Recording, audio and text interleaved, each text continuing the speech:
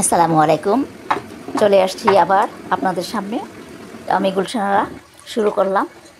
এখানে পরিষ্কার পানি দিয়ে কিছু টমেটো ধুয়ে নিচ্ছি।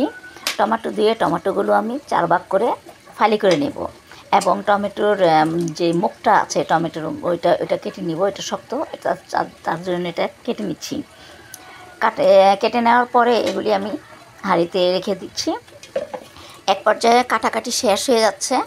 তো কাটাকাটি শেষ হয়ে গেলে এখানে আমি কিছু টকের জন্য আমি আজকে রান্না করব টমেটোর টক। তো টকের জন্য কিছু জলপাই ধুয়ে নিলাম। দেখেন 3টা জলপাই দিয়ে দিচ্ছি। তো জলপাই দেওয়ার পর তো কাটাকাটি শেষ, সব কিছু এই পর্যায়ে শেষ। তো এখন আমি কিছু পরিমাণ পানি দিয়ে এগুলি এই যে দেখেন কী পরিমাণ পানি দিয়েছি এগুলি সিদ্ধ হওয়ার জন্য। যতক্ষণ পর্যন্ত সিদ্ধ না হবে টমেটোর থেকে ওই রসটা বের হবে না। তো এখন চুলায় বসিয়ে দিলাম। চুলায় বসিয়ে দিলে যখন চলে আসবে, বলক চলে আসলে এখানে দেখেন টমেটোতে পানিগুলো বলক চলে আসছে।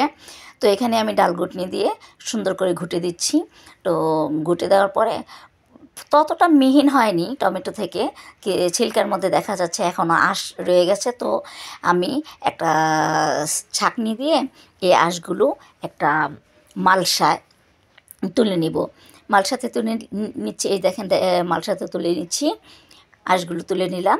তুলে নেওয়ার পরে আমি এখানে জলপাইটা রেখে দিব, কিন্তু টমেটোর আঁশগুলি মানে ছিলকাগুলি সাইডে ইয়েতে তুলে নিচ্ছি, মালসাতে তুলে নেওয়ার পর এইগুলোকে আমি আবার সুন্দর করে হালকা গরম পানি দিয়ে ব্লান্ড করে নিচ্ছি। টমেটো টকের হাঁড়ি থেকেই পানি নিয়েছিলাম।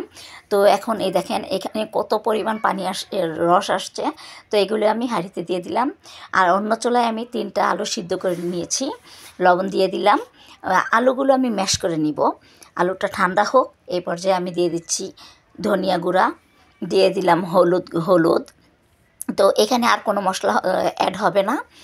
এখন দিয়ে দিব আমি ম্যাশ করে আলুটা সিদ্ধ হয়ে আসলে ওইটাকে আমি ঠান্ডা করে ম্যাশ করে রেখেছি। এখন ওইটা দিয়ে দিলাম। কয়েকটা বলক আসলে এখানে আমি কিছু কাঁচামরিচ ফালি করে দিয়ে দিব। তো আরেকটু ঘুটে নিচ্ছি ডাল ঘুটনি দিয়ে, যাতে আলুগুলো গলে যায়।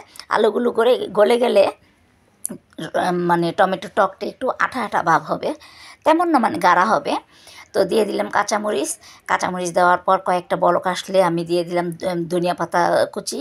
ধনিয়া পাতা কয়েকটা বলক আসলে নামিয়ে নিলাম। পাশের চুলায় নামিয়ে নেওয়ার পর দেখেন এখানে কড়াইয়ের মধ্যে আমি পরিমাণ মতো তেল দিয়েছি। দিয়ে দিলাম থেতো করে রসুনটা আমি থেতো করে নিয়েছি। তো এখানে কিছু শুকনা মরিচ অ্যাড করলাম। তো এটা স্লিপ হয়ে গেছে। দেখেন এখন আমি টকে এটা ঢেলে দিচ্ছি। তো এই টকটা আমরা সাধারণত রসুনের সম্বার দিয়েই খাই। এখানে আমরা পেঁয়াজ দেই না। তো দেখেন এই পর্যায়ে হয়ে গেল টমেটোর টক। এটা গরম গরম ভাতের সাথে অনেক টেস্ট। একটু ট্রাই করে দেখবেন। আল্লাহ হাফেজ, ভালো থাকবেন সবাই।